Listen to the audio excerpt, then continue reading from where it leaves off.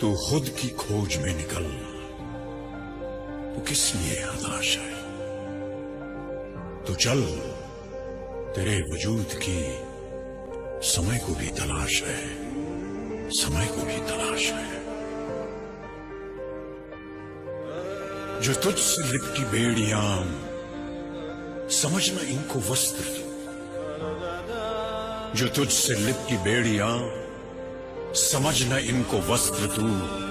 ये बेड़ियां पिघाल के बना ले इनको शस्त्र तू, बना ले इनको शस्त्र तू। तो खुद की खोज में निकल, तो किस लिए हताश है? तो चल, तेरे वजूद की समय को भी तलाश है, समय को भी तलाश है। LLB करने के बाद भी नहीं बने वकील, पत्रकारिता करने के बाद भी नहीं बने पत्रकार। बचपन के जुनून ने ही बना दिया जनता का नेता। राजनीति पेशा नहीं, पैशन है। जब भी बचपन में पूछा जाता था क्या बनोगे बेटा, तो इनका जवाब होता था नेता। बचपन से ही लीड करने की थी प्रतिभा। ABVP से जुड़कर सीखा राजनीति का पाठ। राजनीति में आने का मकसद था जनता की सेवा करना, लोगों की समस्याओं को सुलझाना ही है मकसद। राजनीति में कुछ कर गुजरने का है जुनून। जिंदगी में बहुत कम ऐसे लोग होते हैं जो वो सोचते हैं और बन पाते हैं। आज हमारे साथ एक ऐसी शख्सियत है जिनके ऊपर वाले की इतनी कृपा है कि वो कई क्षेत्रों में अपना हुनर जो है आजमा चुके हैं। आज हमारे साथ हैं भाजपा के प्रदेश प्रवक्ता राकेश त्रिपाठी जी। राकेश त्रिपाठी जी, आपका बहुत बहुत स्वागत है यूपी खबर पे। कहाँ से शुरुआत हुई, कहाँ से स्कूलिंग हुई, जरा हमारे दर्शकों को बताएं। पिताजी मेरे चीनी मिल में गन्ना अधिकारी थे और एक बहुत मध्यम वर्गीय परिवार से, निम्न आय वर्ग परिवार से मैं ताल्लुक रखता रहा। मेरे परिवार में राजनीति से कोई दूर दूर तक का वास्ता नहीं। मेरे किसी रिश्तेदार का राजनीति से किसी प्रकार का कोई वास्ता नहीं है। किसी पार्टी का प्राथमिक सदस्यता किसी ने नहीं ली। लेकिन बचपन से ही जब से होश संभाला, मन में ये ख्याल थे कि राजनीति की जाएगी, नेता बना जाएगा। जब क्लासरूम में बच्चों से पूछा जाता था कि बड़े होकर क्या बनोगे, तो एक अनूठा जवाब मेरा अकेला होता था कि बड़े होकर नेता बनूंगा। और जिद करके मैंने अपनी माँ से अपने लिए कुर्ता और धोती टोपी भी मंगवाई थी और 15 अगस्त के भाषण के लिए तैयारी भी की थी। ये बचपन से जो मैंने तय किया था, मन में जुनून था कि बड़े होकर के नेता बनना है। अलग अलग समय पर स्कूलिंग में, जब मैं स्कूल में रहा पढ़ाई के दौरान, तो क्लास में मॉनिटर बनना, उसके लिए प्रयास करना कि मैं क्लास में कैसे लीड करने के लिए मुझे अवसर मिले। किसी भी नाटक में अगर पात्र मुझे बनना हुआ, चरित्र अभिनय करना हुआ, तो उसमें जो लीड रोल है वो लीड रोल अभिनय करने के लिए मुझे मिले। हमेशा इसका प्रयास किया। तो लीडरशिप की क्वालिटी बचपन से सीखना प्रारंभ किया, आगे बढ़कर के लेना शुरू किया और साथियों में हमेशा नेता बनकर के रहना। तो कहीं ना कहीं उसका एक मुझे आगे रास्ता बनता गया। और लखनऊ यूनिवर्सिटी में जब मैंने एडमिशन लिया तो ध्येय यही था कि यूनिवर्सिटी से डिग्री तो मिलेगी ही मिलेगी, लेकिन यहां से राजनीति की जो पाठशाला है उससे राजनीति के गुण सीखे जाएंगे। और मुझे सौभाग्य है कि अखिल भारतीय विद्यार्थी परिषद जैसा संगठन मुझे मिला और उसके साथ जुड़ करके मैंने राष्ट्रवाद की उस पाठशाला में बहुत सारी बारीकियों को सीखा, बहुत सारे गुणों को सीखा। और आज जो कुछ भी हूं उसमें ABVP का बड़ा रोल है, अखिल भारतीय विद्यार्थी परिषद का बड़ा रोल है। पहले आपने वकालत की, उसकी पढ़ाई की, उसके बाद मास कॉम करने पहुंच गए। अचानक कैसे राजनीति में फिर से एंट्री हो गई?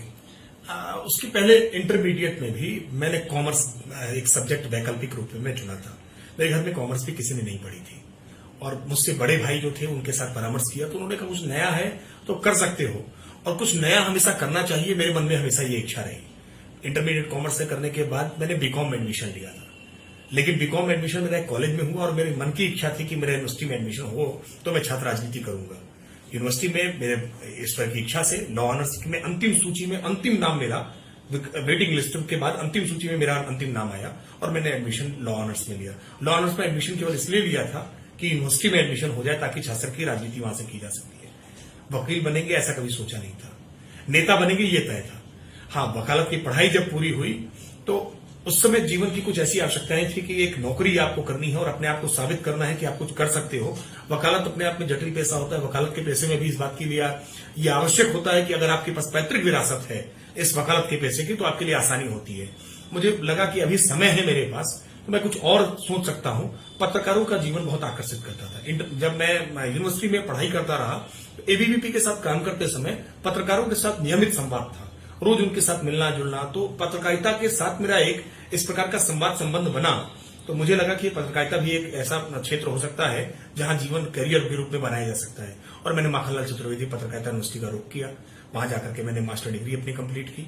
लेकिन पत्रकारिता करते करते फिर जो बचपन की चाह थी वो वापस वहां खींच लाई और वकालत के साथ फिर राजनीति में लखनऊ वापस आ गया।